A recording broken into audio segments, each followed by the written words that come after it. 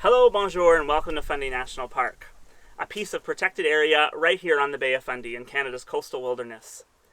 Parks Canada manages sites throughout the province of New Brunswick that since time immemorial have been the traditional territories of the Mi'kmaq, the Wolastoqiyik, and the Pescotumacati peoples. And it's through these treaties of peace and friendship that we're allowed to do the good work that happens here today, and we get to explore. Have you ever been foraging for wild foods? Maybe it's berries in the summertime, mushrooms in the fall, maybe you have your own vegetable garden. Today we're going to introduce you some of the wild edibles found right here in the Bay of Fundy and the intertidal zone. We're going to be joined by Jeremy from Tipsy Tales Restaurant, a local restaurant right in the village of Alma. We're going to be going down into the intertidal zone and discovering what can be found out on our beaches. We're going to light up a campfire, and Jeremy and I are going to cook up some wonderful things to share with you. Can't wait. Good morning.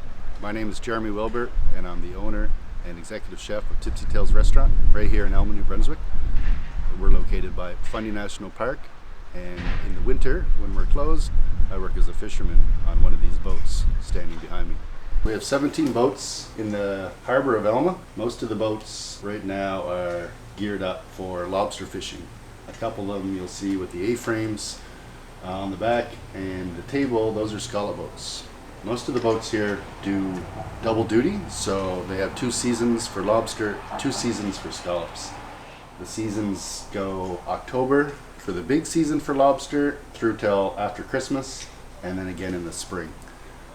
I only fish in the winter because I work in the summer here at the restaurant, but it gives me a good chance to see where our product comes from firsthand, what kind of work goes into harvesting the scallops and or lobsters, and then when they get from the bay to the plate, you really appreciate the seafood just that much more. Today we're going to go down on the ocean floor and we're going to collect a few edible treats and cook up on a campfire. Some of the things we're going to get are the winkles, which you'll see attached to the rocks, along with some of the sea lettuce, which will be a nice light, bright lime green, and if we're lucky we'll find some dulse, which are at the lower part of the tide.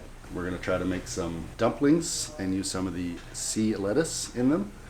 Here at the restaurant we use things as dulse in our biscuits, so we have like our sea biscuit, and we're going to do a steamed dumpling with some chowder and see if that works on the same level as our dulse biscuit. So welcome everyone to Cannontown Beach. The tide is on its way out, and this is a perfect opportunity for us to go down, meet some of the intertidal creatures that don't go out with the tide, but also some of these are edible. So Jeremy and I are going to head out, gather a few things, and then start up our campfire and cook. Cook, yeah. Cook, yeah. Exactly. Great, so come on, let's go.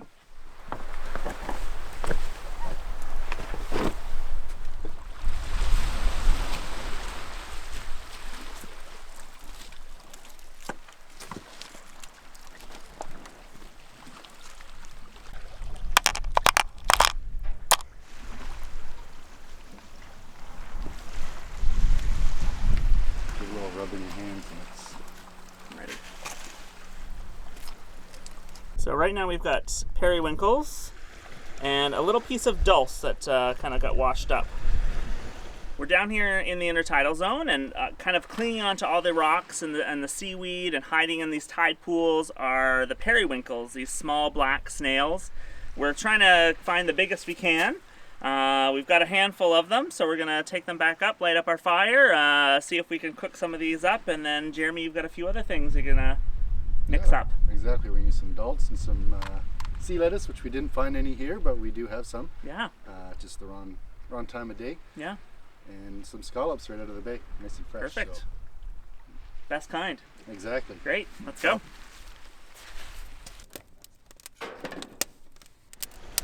So periwinkles are one of the very few snails that you can harvest and cook up from the shores of the Bay of Fundy. They're vegetarian, so they're just eating algae off the rocks. They don't get very big around here, so that's about as big as they can get. So the bigger you have, the more of a mouthful you have. So they've got a little door that kind of closes shut. So when you're cooking them up, that's usually how I guess or tell when they're ready, is when their door starts to kind of come off. These are the cooked periwinkles, so they've just been over some water boiling away on the fire. A good indication that they're done is that the doors that kind of keep that hole closed, that opening closed, keep them protected during low tide has fallen off, and they've kind of started to slip out a little bit. So, yeah. Here, Jeremy. I'm gonna try one of these guys. My first time. Trick is to take a toothpick and try to fish it out. You get it? Oh, you got yours, yeah. It's a good size.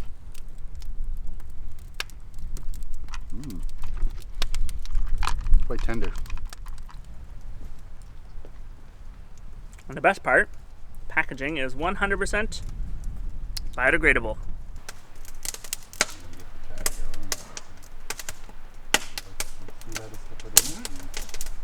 Alright, so we added some melted butter with some milk, a little bit of sea lettuce, some toasted fennel, obviously salt and pepper, and a little leavening agent, some baking powder. So that's going to be our sea lettuce dumpling that we'll cook with our seafood chowder with scallops and lobsters fresh out of the bay. So we're going to add some scallops into there, to the chowder, chopped up lobster meat right out of the bay, and a few mussels right from PEI. These are the dumplings.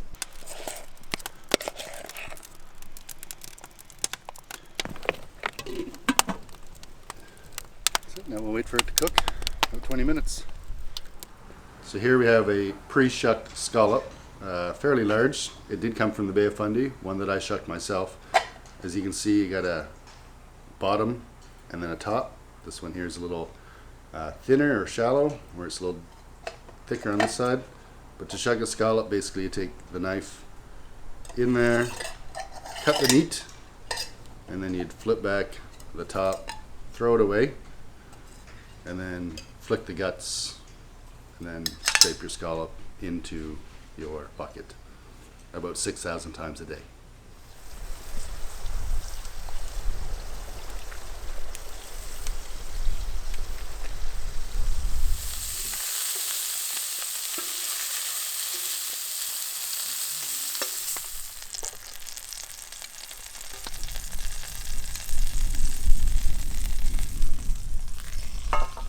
This little birch syrup from a local supplier not too far from here.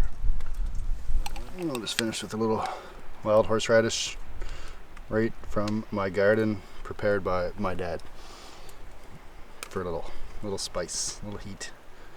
You've got the birch syrup. I have the horseradish. Yeah, I got sweet, you got spicy. Cheers. Did you say cheers with the scallop? I don't know. I think so.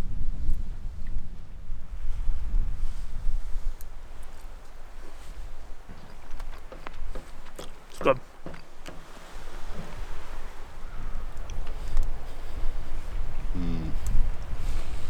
That's fresh. Look at those dumplings. Nice and firm, cooked all the way through.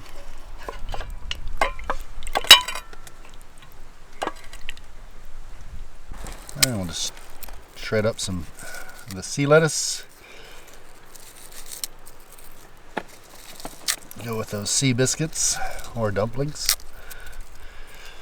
There we go. All local ingredients, right from New Brunswick. So what a great way to end our experience. I mean, going out and looking for winkles and cooking everything up on the fire. Thanks again, Jeremy, for sharing some of your kind of wild edible recipes with us. Well, thanks. This is a great chowder. It's got a little bit of everything. It was a lot of fun, and I learned a lot too about the winkles. So Yeah, thank you, Dan. yeah, no problem. Anyway, bon appetit. What a great time we had today out on the beach. I mean, a big thanks to Jeremy and Tipsy Tales for introducing us to the lobster fishery, the scallop fishery, and also sharing some culinary skills right on our campfire.